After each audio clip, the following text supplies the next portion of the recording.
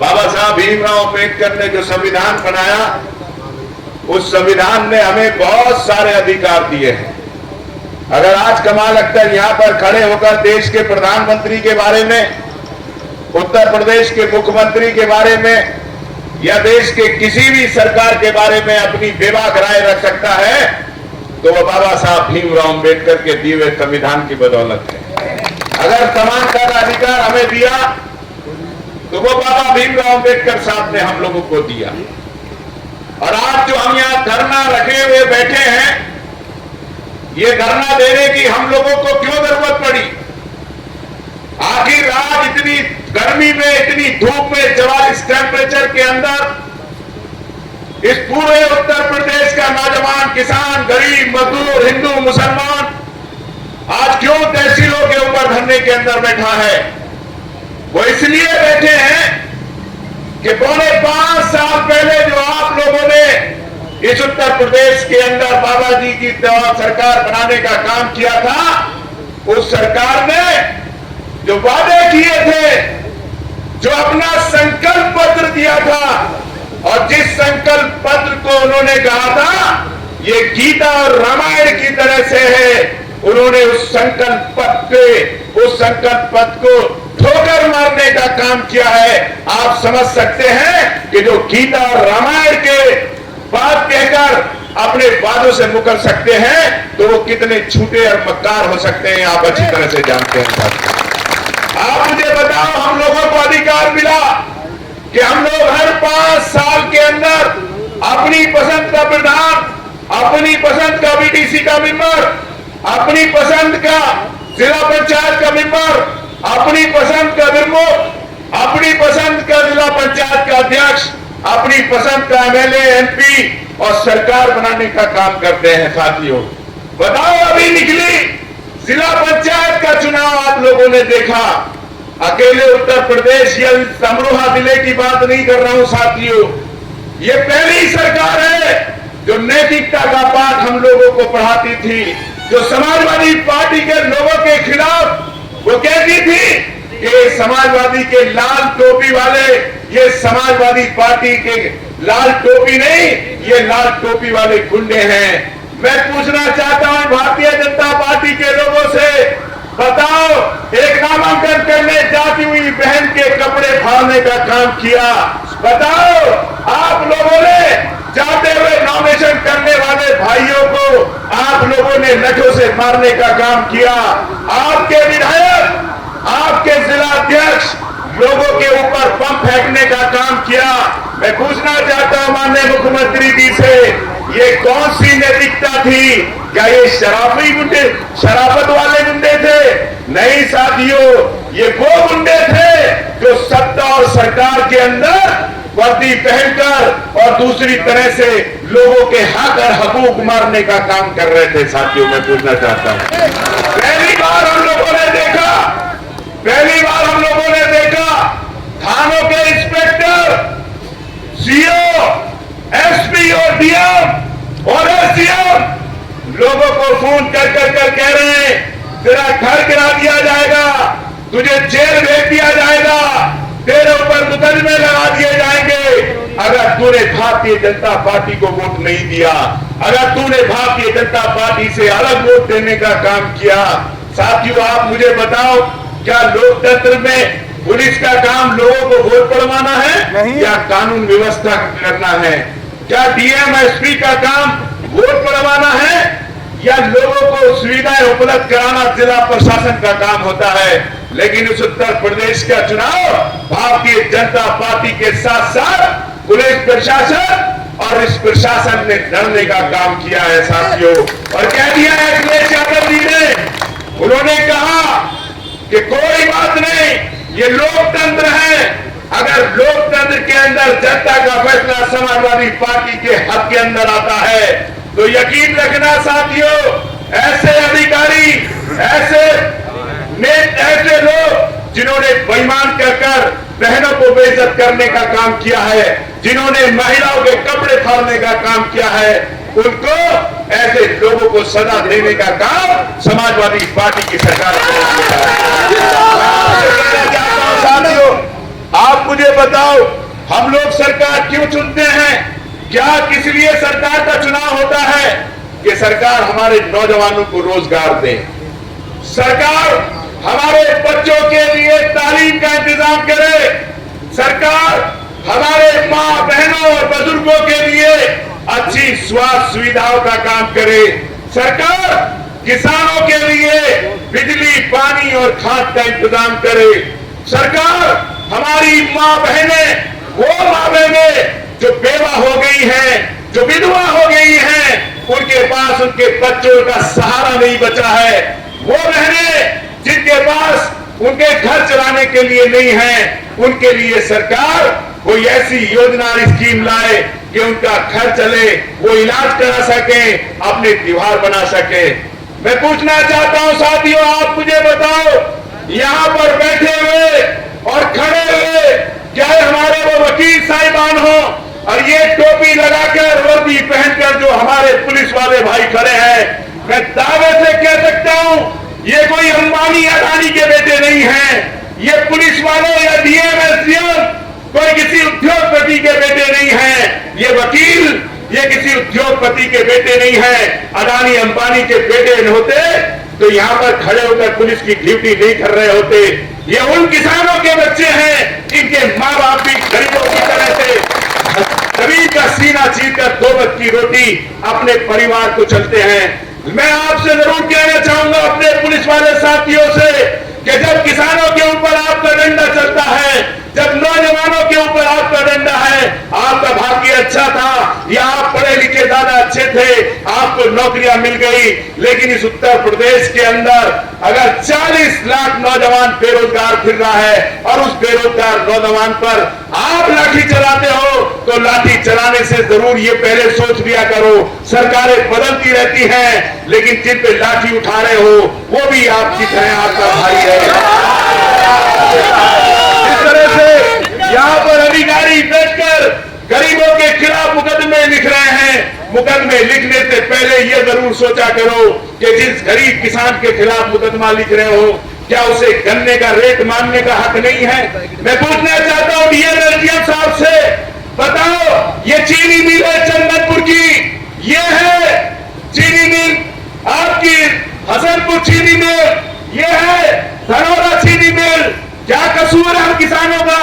हमने गन्ना दे दिया, हमारे त्योहार नहीं बन रहे, हम लोगों के बच्चों की फीस जमा नहीं हो रही, बिजली के बिल वाले हमारा कनेक्शन काट देते हैं, आपका अमीन जाकर रोजाना हम लोगों को पकड़कर तहसील के लॉकअप में डालता है, आप अपनी वसूली तो कर लेते हो, लेकिन मैं पूछना चाहता हूं एसडीएम साहब, कभी चीनी मिल वालों से कह दो कि हमारा 40 करोड़ रुपया ये चीनी मिल वाले हमें जरूर दे रहे साथियों। अगर हमारे बच्चे पढ़ जाएंगे, क्या हम लोग अपने चीनी मिल का यहाँ पर वो मांगते हैं तो क्या बुरा करते हैं? आपसे पूछना चाहता हूं, बताओ, आपसे सवाल है कि पिछली सरकार पिछले 14 दिन का वादा किया था कि 14 दिन के अंदर हम लोग आपके गन्ने का भुगतान कर देंगे। यहाँ पर बैठा हुआ कमाल अख्तर खड़े होकर चैलेंज करता है, लेकर आओ वो एक किसान जिसका भुगतान इन चीनी मिलों ने कर दिया हो। साथियों, आपके गन्ने, आपका ब्याज तक इन लोगों ने नहीं देने का काम किया। साथियों, मैं पूछना चाहता हूं, क्या कहा था इन्होंने कि 2 करोड़ नौजवानों को रोजगार देंगे, हर साल 2 करोड़ नौजवानों को रोजगार देंगे। झूम के पागल हो गया नौजवान, घर घर मोदी, हर हर मोदी नारा लगा दिया। सारे नौजवानों ने सोचा 15 लाख हमारे खाते में आएंगे। मैं आप लोगों से पूछना चाहता हूं साथियों, बताओ 7 साल के अंदर 14 करोड़ रोजगार आने चाहिए थे, 14 करोड़ नौजवान। मैं पूछना चाहता हूं साथियों, उत्तर प्रदेश सबसे बड़ा सूबा है। उत्तर प्रदेश के अगर बात तो पूरे देश के अंदर सारे नौजवानों को रोजगार, तो 4 करोड़ नौजवानों को रोजगार हम लोगों के उत्तर प्रदेश के अंदर मिलने चाहिए थे। बात तो 80 जिलों के अंदर 4 करोड़ को हर जिले के अंदर कम से कम 15-20 लाख नौजवानों को रोजगार मिलना चाहिए था। बात तो 20 लाख को पूरे जिले गांव के अंदर तो इस हसनपुर के अंदर कम से कम 20,000 लड़कों को नौकरी मिलनी चाहिए थी। तुम्हारे बांसके के अंदर, आपके आदमपुर के अंदर, हर गांव के अंदर कम से कम 100 लड़कों को नौकरी मिलनी चाहिए थी। कमाल अख्तर पूछता है, जब आए हैं बीजेपी वाले तो इनसे पूछना, बता दो कोई बेचारा अपना रेस लगाकर कहीं पर नौकरी पा गया हो तो बात अलग है, लेकिन कोई एक गांव के अंदर अगर 10 लड़के लाकर आप लोग दिखा दो जिन्हें 7 साल के अंदर इस बीजेपी की सरकार ने नौकरी दी है, तो कमाल अख्तर आज ही राजनीति से संन्यास लेने की घोषणा कर। साथियों, आप पढ़े लिखे हो, सोशल मीडिया का जमाना है, आप पढ़े लिखे होने के बावजूद इन धोखेबाजों के बहकावे में आ गए। साथियों, मैं पूछना चाहता हूं, साथियों बताओ, आप मुझे बताओ, अभी महामारी, आप बड़ी मुश्किल से, मैं धन्यवाद देता हूं भाई, पता नहीं योगी जी का मन कैसे फिसल गया, कैसे पिघल गया कि इस बार हम लोगों को यहां आने दिया, हम लोगों को धरना लगाने दिया। नहीं तो आलम यह था कि समाजवादी पार्टी ने धरने का नाम लिया, पता चला समाजवादी पार्टी, पूरी पुलिस सारे काम धाम छोड़कर समाजवादी पार्टी के नेताओं के घरों पे जाके बैठे और आए तो जबरदस्ती गेट के अंदर नहीं घुसने दिया, लाठीचार्ज, मुकदमा। लेकिन पता नहीं जिन्हें कौन सी कृपा हो गई जो हम लोगों को अपनी बात रखने का मौका आप लोगों के बीच में मिल गया। मैं पूछना चाहता हूं साथियों, बताओ, बड़े बड़े किसान संघ और भारतीय जनता पार्टी के आदमी यहां पर बैठ के रोजाना धरना देते हैं और हमारे एसडीएम साहब रोजाना उनका मेमोरेंडम देते हैं।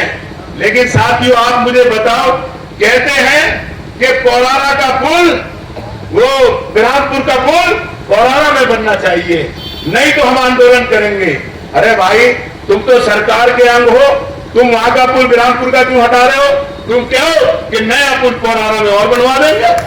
अरे बोलो ना, पब्लिक को बेवकूफ बना रहे हो कि पौरारा नहीं बना तो हम सरकार को उखाड़ फेंकेंगे और वोट फूल पे जाके लगा देंगे। ये साथियों ढकोसला है, ये हम लोगों के विपक्ष का काम भी खुद ही करना चाहते हैं। चकबंदी ऑफिस में जाएंगे, बोले चकबंदी गलत हो रही है, पता चला अपना चक रोड के किनारे लगा दिया और गरीब का चक पीछे पहुंचा दिया। ये काम ये लोग करने का काम कर रहे हैं। मैं आपसे कहना चाहता हूं साथियों, मुझे बताओ, यहां पर बैठे होंगे बहुत सारे हमारे भाई, यहां हमारे वकील साथी बैठे हैं और ये खुद पुलिस वाले, ये खुद एसडीएम, तहसीलदार, कर्मचारी। मैं दावे के साथ कह सकता हूं, भगवान ना करे किसी के घर में वो विपदा आई हो, लेकिन जो कोरोना महामारी आई तो कोई ऐसा आदमी नहीं था, वो पुलिस वाले को नहीं देखा, वो पहली बार बीमारी थी जिसने हिंदुओं को नहीं देखा, मुसलमानों को नहीं देखा, सिख को नहीं देखा, डीएम को नहीं देखा, जज को नहीं देखा, वकील को नहीं देखा। ये बीजेपी वाले बहुत जुगाड़ में रहे कि इस कोरोना को भी हिंदू मुसलमान कर दो, कह दो कि पहले तो कर ही पहले तो कर दी, जमातें लगा दी, फिर जुगाड़ नहीं चला। तो मैं कहना चाहता हूं साथियों, कोई अधिकारी या कर्मचारी इस कोरोना से नहीं बचा होगा, लेकिन मैं खुद उससे गुजरा हूं, मेरा भाई उससे गुजरा, मेरी बीवी उस पीड़ा से गुजरी, यहां बैठे होंगे बहुत सारे आदमी, वो उस पीड़ा से गुजरे होंगे। 1 महीना 10 दिन अस्पताल के अंदर लाशों पे लाशें देखते रहे, वो माए वो बिरकती नहीं कि मेरे बेटे को ऑक्सीजन दे दो, मेरे बेटे को अस्पताल दे दो, मेरे बेटे को दवाई दे दो, मेरे बेटे को इलाज दे दो। एड़ियां रगड़ रगड़ कर उनका बेटा, उनका भाई मर गया, इलाज नहीं मिला, ऑक्सीजन नहीं मिली। आज देखो कितना बड़ा झूठ है कि ऑस्ट्रेलिया के गवर्नर उत्तर प्रदेश के मुख्यमंत्री से पूछ रहे हैं कि आपने कोरोना कैसे नियंत्रण किया था। देखो साहब कितना बड़ा मजाक है। मैं साथियों आप लोगों से कहना चाहता हूं, बताओ, ये इतना बड़ा अस्पताल, इस अस्पताल के अंदर एक डॉक्टर, ये अमरोहा का अस्पताल, इस अस्पताल के अंदर एक्सरे की मशीन नहीं, सीटी स्कैन की मशीन नहीं, ब्लड की जांच नहीं, कोई डॉक्टर नहीं।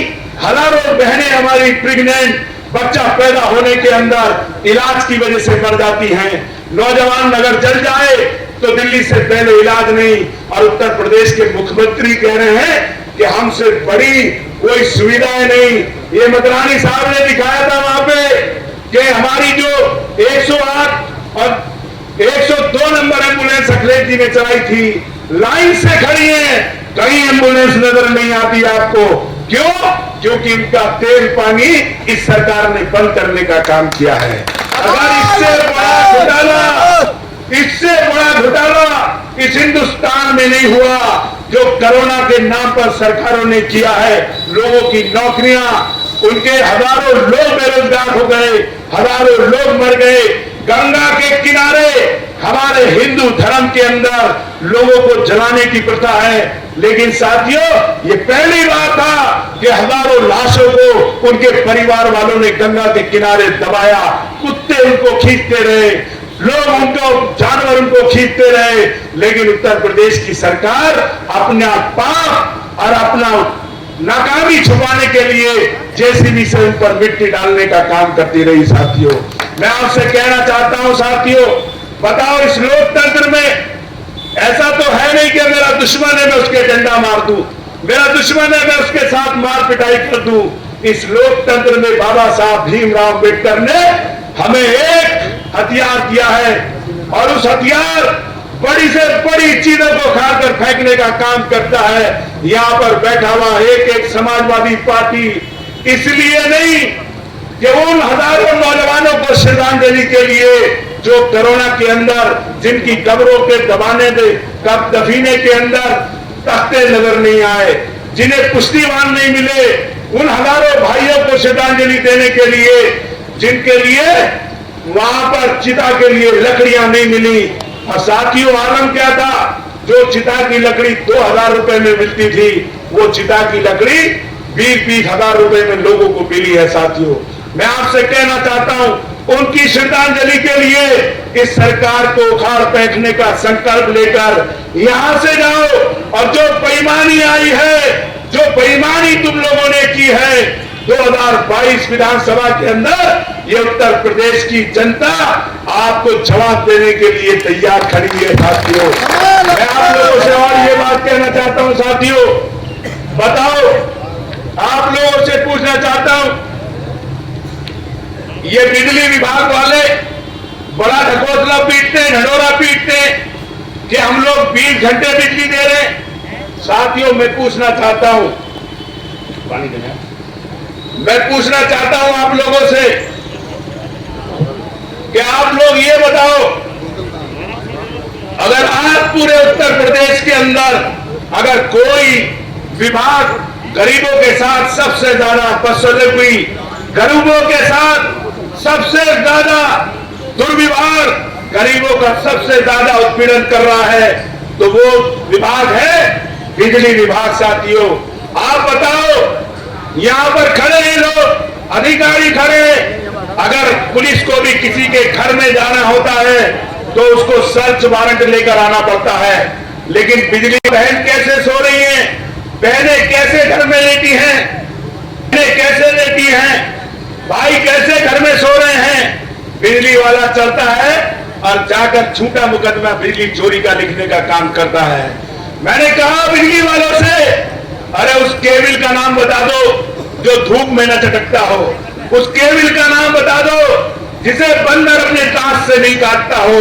पूरे उत्तर प्रदेश में हम वही केबिल गरीबों के घर पे लगवा देंगे।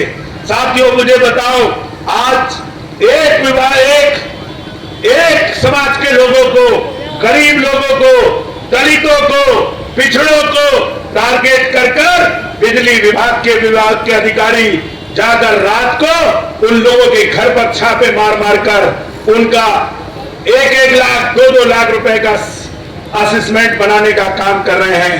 मैं आपसे कहकर जा रहा हूं, कह दिया अखिलेश यादव जी ने, अगर समाजवादी पार्टी की सरकार बनी तो 300 यूनिट गरीब लोगों को फ्री देने का काम करेंगे।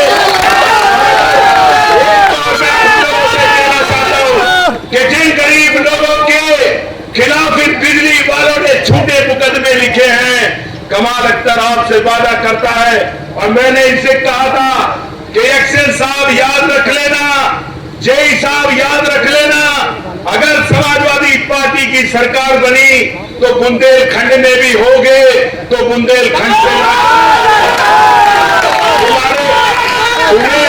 तुम्हें इस गरीब के साथ इंसाफ करना पड़ेगा, इस गरीब का पैसा लौटाना पड़ेगा। ये वादा कमाल अख्तर से करता है। मैं पूछना चाहता हूं गरीब किसानों से, बताओ जब समाजवादी पार्टी की सरकार थी तो लोग कहते थे गुड़ के अंदर मूंगफली के अलावा कुछ नहीं होता। बताओ आज कमाल अख्तर खड़े होकर कहता है अगर गुड़ के अंदर गन्ना हो रहा है, अगर गुड़ के अंदर आलू हो रहा है, अगर गुड़ के अंदर गेहूं हो रहा है, अगर गुड़ के अंदर पीपलमंड हो रहा है, तो इसलिए हो रहा है कि जब मुलायम सिंह यादव की सरकार बनी और जब अखिलेश यादव की सरकार बनी तो 7,000 रुपए में 27,000 हम लोगों ने ट्यूबवेल लगवाने का काम इस क्षेत्र के अंदर किया था। आप बताओ, बड़ा धरना देते हैं ये किसान संघ वाले, अरे जाओ मुख्यमंत्री जी के पास, चैलेंज करता है कमाल अख्तर तुम्हें, जाओ जाकर सामान्य योजना ट्यूबवेलों की चालू करा दो।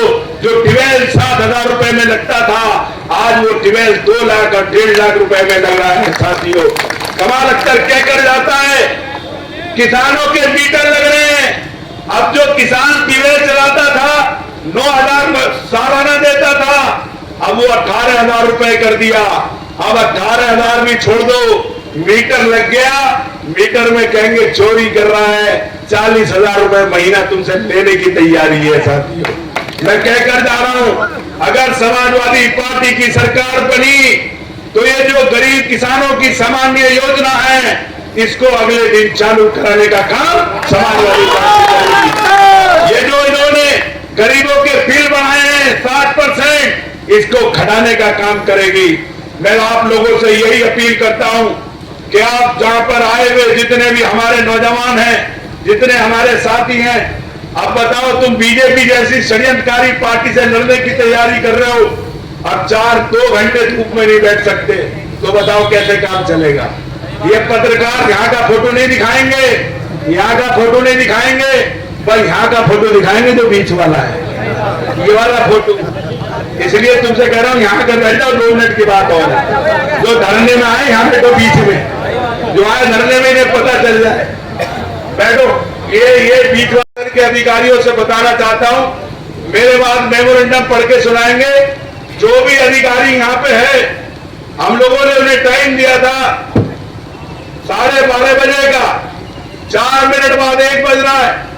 वो कोई जो भी अधिकारी एसडीएम या तहसीलदार यहाँ पर हो, हमारा मेमोरेंडम करे। अगर वो नहीं आएंगे तो 1:15 बजे हम देने उनके दफ्तर पर चले जाएंगे पूरी तरह। साथियों, आपसे यही कहना चाहता हूं। और अभी हमारे साथी ने एक शेर पढ़ा, क्या जैनुल आबिदीन ने, कि समाजवादी की मां गद्दार पैदा नहीं करती। लेकिन मेरे भाई जरा शेर कुछ छूटा छूटा हो रहा है, झूठा झूठा हो रहा है। बड़े बड़े गद्दार इस बीजेपी ने हमारे अंदर भी भेज दिए हैं कुछ गद्दार, इन्हें भी खोजना पड़ेगा। नहीं तो ये समझ लेना, इन गद्दारों को जब तक नहीं ढूंढोगे, जब तक इन्हें सेलेक्ट नहीं करोगे, तो ये लोग बीजेपी से मिलकर फिर तुम्हारे साथ साजिश कर सकते हैं। और याद रखना साथियों, बाहर के दुश्मन से लड़ा जा सकता है, बाहर के दुश्मन को परस्त किया जा सकता है, लेकिन अंदर घुसे हुए दुश्मन से कभी बचा नहीं जा सकता। इसलिए मैं आपसे कह रहा हूं, सब समाजवादी पार्टी के लोगों से मैं एक अपील करना चाहता हूं। 5 साल उत्पीड़न झेला आप लोगों ने, 5 साल डंडे खाए आप लोगों ने, 5 साल मुकदमे झेले आप लोगों ने, 5 साल आप लोगों ने अन्याय किया।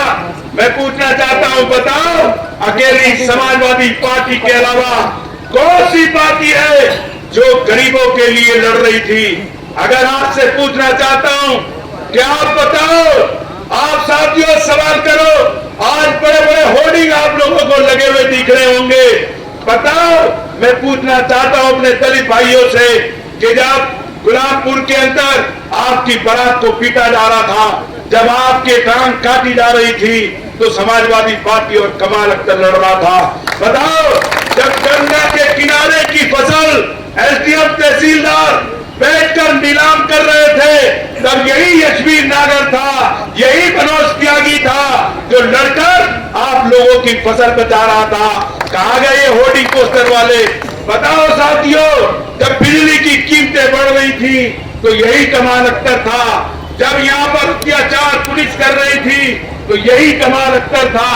आप मुझे बताओ, आप याद रखना साथियों, अगर ये बीजेपी वाले और ये अधिकारी और कर्मचारी जब जब तुम्हारे साथ अन्याय किया तो समाजवादी पार्टी के अलावा, कमाल अख्तर के अलावा कोई नेता का नाम बताओ जो तुम लोगों की लड़ाई लड़ने आया। मैं पूछना चाहता हूं साथियों आप लोगों से, आज होर्डिंग लग रहे हैं, लोग आएंगे आपके बीच में, कोई आपको मुसलमान आकर बताएगा, कोई आपके आकर बिरादरी का बताएगा, कोई खड़गवंशी बताएगा, कोई गुजर बताएगा, कोई सैनी बताएगा, कोई प्रजापति बताएगा। तो साथियों जब जात बिरादरी की बात तुम लोग हम लोग करेंगे तो बात ये भारतीय जनता पार्टी के अंदर और हमारे अंदर कौन सा फर्क होगा साथियों? बताओ, बीजेपी के पास कौन सा मुद्दा है? बीजेपी के पास कौन सा काम है? अगर 16 बिजली घर बनाए तो कमाल अख्तर ने बनाए। आज से पूछना चाहता हूं, बताओ रेरा का बिजली घर किसने बनाया? आदमपुर का बिजली घर किसने बनाया? बताओ दारापुर का बिजली घर किसने बनाया? इकौंदा का बिजली घर किसने बनाया? नगरा का बिजली घर किसने बनाया? ईसेपुर का बिजली घर किसने बनाया? हसनपुर शहर के लिए बिजली घर किसने बनाया? बताओ मेहताबाद सीता जगदेपुर के अंदर बिजली घर किसने बनाया? जैतोली के अंदर बिजली घर किसने बनाया? और कमाल अख्तर खड़े होकर लेकर आओ, कोई एक गांव लाकर दे दो 432 गांवों में जो ये कह दे कि बिजली नहीं है। अगर हर गांव के अंदर बिजली पहुंचाने का काम किसी आदमी और किसी सरकार ने किया तो अखिलेश यादव और समाजवादी बताओ, डिग्री कॉलेज बन गया, अरे सरकार डिग्री कॉलेज को चालू ही करा दो। आपका बस अड्डा बन गया, आप बसें चलवा दो। मैं सिर्फ यही कहकर अपनी बात खत्म करता हूं, निकल जाओ किनारे किनारे, सब लोग अपनी जगह बैठे रहना, निकल जाओ गांव गांव और जाकर कहो